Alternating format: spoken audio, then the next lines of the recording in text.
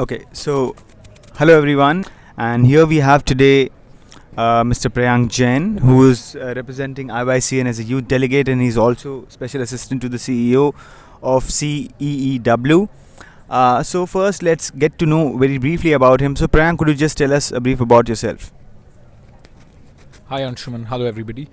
Thank you for having me here. So I'm a lawyer specializing in human rights and climate change. I have a background in policy, non-profit strategy, negotiations and capacity building. I've worked with Indian and US-based organizations, and I currently focus on strategies to achieve climate action, both at the national and the international level. Okay, so as we are here, it's the sixth day of COP. A lot has been going around, a lot of things outside the venue, inside the venue. So much of this is going around.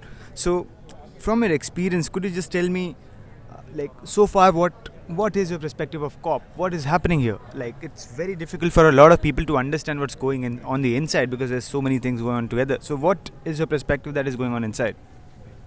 Well, that's a very important question. This is my first COP, and I would say that there were high expectations from COP26 in terms of last year it couldn't happen. This is the year where we are actually stock taking the progress made since Paris and taking key decisions. But in terms of what is happening at a regular COP, it is not short from being a carnival in terms of events and activities happening both inside the venue and outside the venue. As you may have been recording, outside the venue you have active vibrant protests and demonstrations happening by people all across the world who are pushing for greater action, who are demanding it, and media is actively covering that.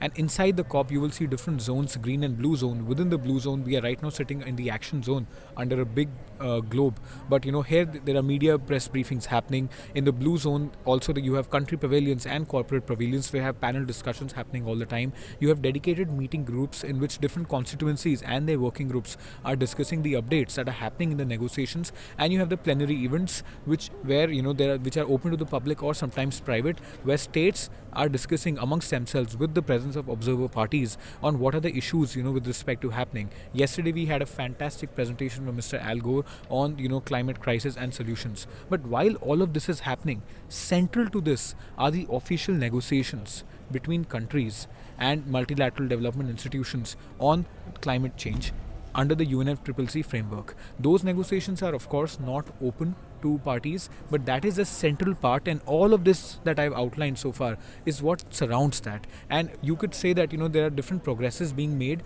but since this is week 1, you will only see decisions and actions forming up towards the end of week 2, when there is an urgency to make sure we achieve certain things, which is when diplomats will also continue to work until midnight. So yeah, in terms of COP, there are activities, there are negotiations, there are demonstrations, and there is a lot of opportunities for people to mingle but also understand, share ideas, and promote new agendas.